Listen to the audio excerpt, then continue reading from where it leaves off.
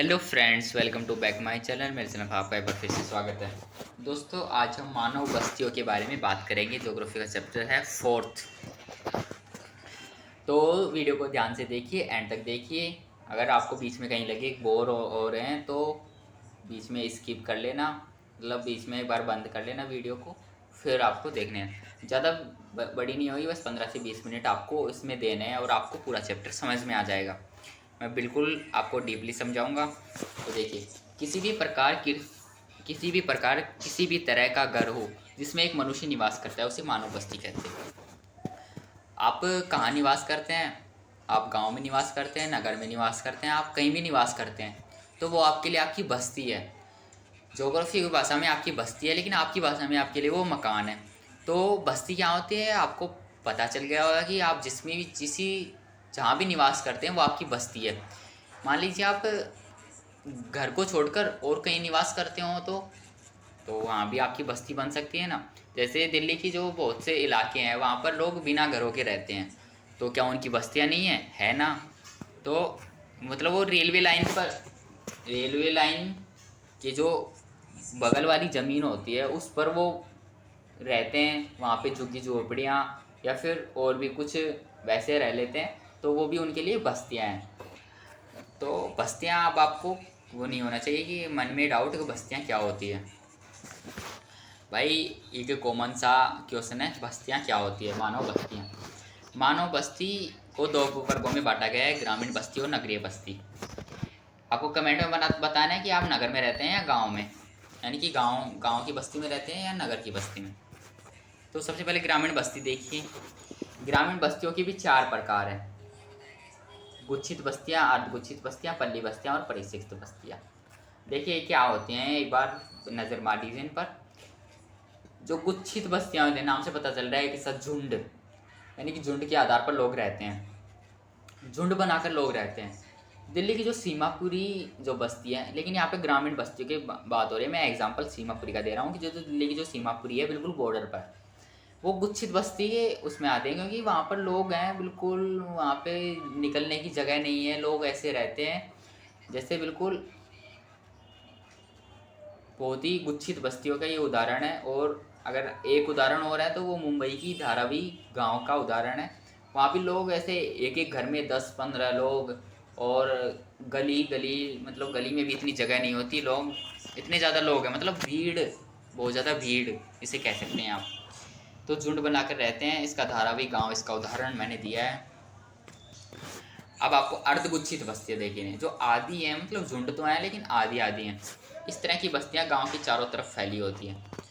एक गांव होता है, उसकी चारों तरफ अर्धगुच्छित होती है, मतलब यहाँ पे थोड़ी, यहाँ पे थोड़ी, यहाँ पे थोड़ी, यहाँ पे थोड़ी, यहाँ पे थोड़ी, ये अर्धगुच्छित होती हैं। इस तरह की बस्तियों, अब देखिए पल्ली बस्तियाँ क्या होती हैं। देखिए पल्ली, इस तरह की बस्तियों को जाति के आधार पर बांटा जाता है, इन्हें ढाली या पाली कहते हैं। अब मान लीजिए ब्राह्मणों का इलाका अलग हो गया, चौहानों का इलाका अलग, चमारों का इलाका अलग। तो ये सब जाति के आधार पर इन बस्तियों को बांट दिया गया है। ये सब मानव ने किया है। परिक्षिप्त बस्तियाँ, ये भी बिखरी हुई बस्तियाँ होती हैं। इस तरह की बस्तियाँ गांव से दूर होती हैं। जैसे मान लीजिए जो रेलवे लाइन होती है, वहाँ पर कुछ बस्तियाँ यहाँ पाई जाती हैं, कुछ यहाँ, कुछ यहाँ, मतलब अलग अलग क्षेत्रों में पाई जाती हैं। तो वो परिक्षिप्त बस्तियाँ हैं, फैली हुई बस्तियाँ, जो जिनका फैलाव अत्यधिक होता है। तो इन चारों बस्तियों के बारे में आपको पता है, हो गया होगा। बस आपको इनके नाम याद रखने और थोड़ा थोड़ा पता होना चाहिए, आपको आइडिया होना चाहिए कि क्या होती है। भाई, नाम से, हर चीज़ का नाम में अर्थ होता है, मतलब नाम से ही पता चल जाता है हर चीज़ का। अब गांव की बात हो चुकी है आधे पेज में ही, अब नगरीय बस्तियों की देखते हैं। नगरीय बस्तियाँ ग्रामीण बस्तियों के मुकाबले बड़ी होती है। इन्हें अलग अलग नामों से जाना जाता है, जैसे दिल्ली की सीमापुरी बस्ती। आप देखिए यहाँ पे कटिंग हो गया है, लेकिन यहाँ पे ये था कि नगरों का विकास,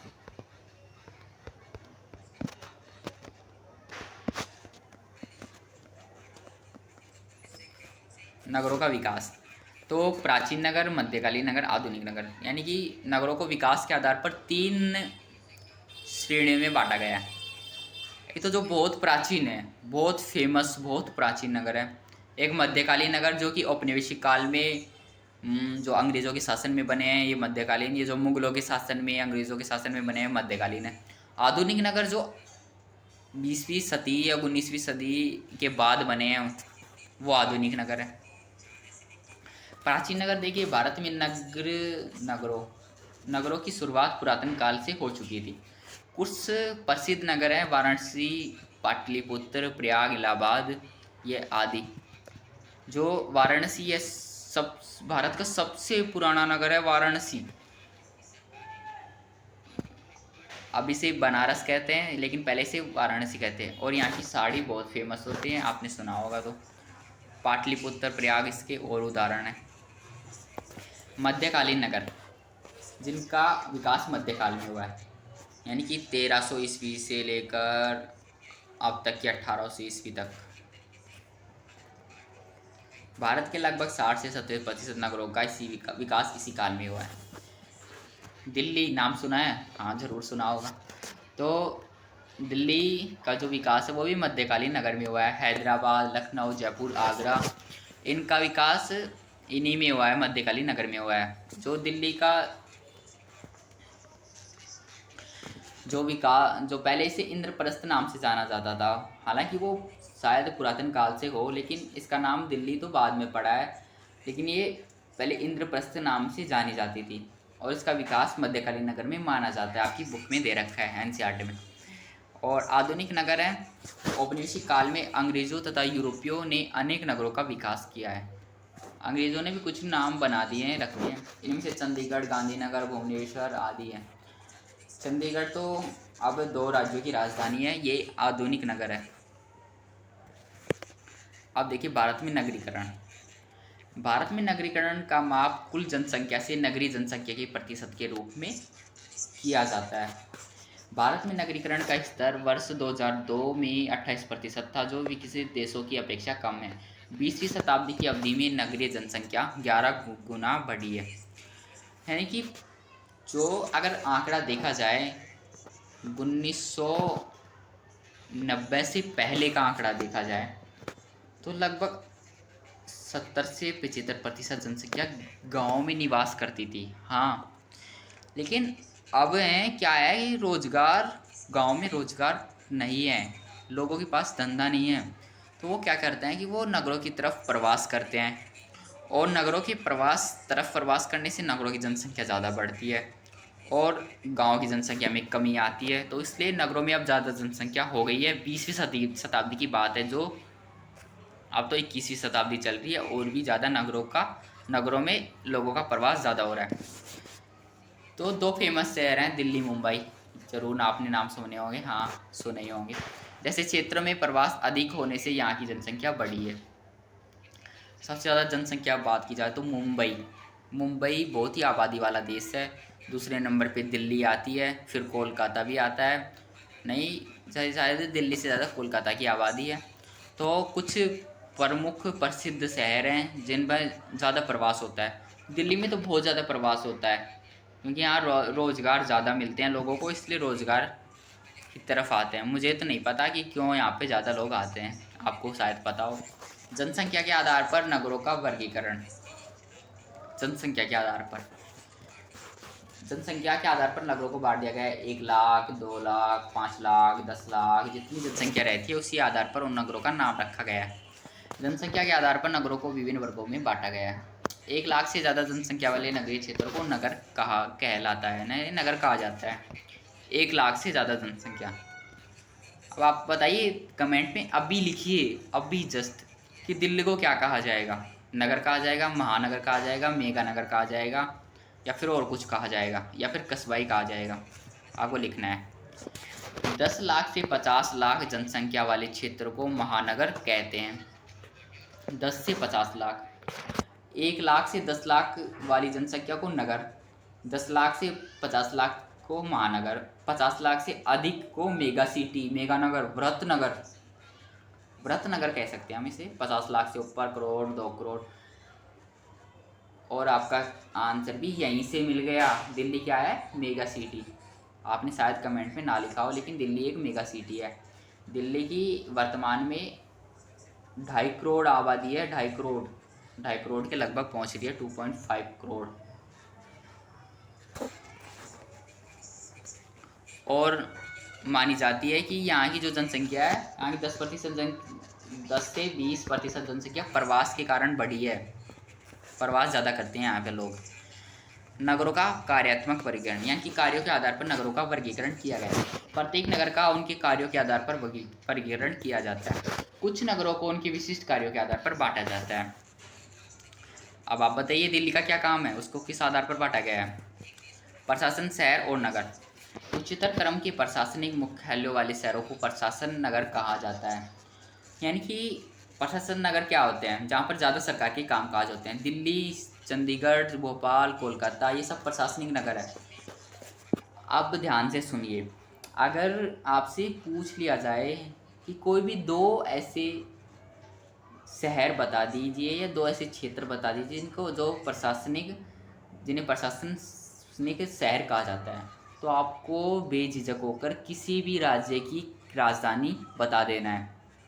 यहाँ पे भी राजधानी लिखी हुई है, ध्यान से देखिए।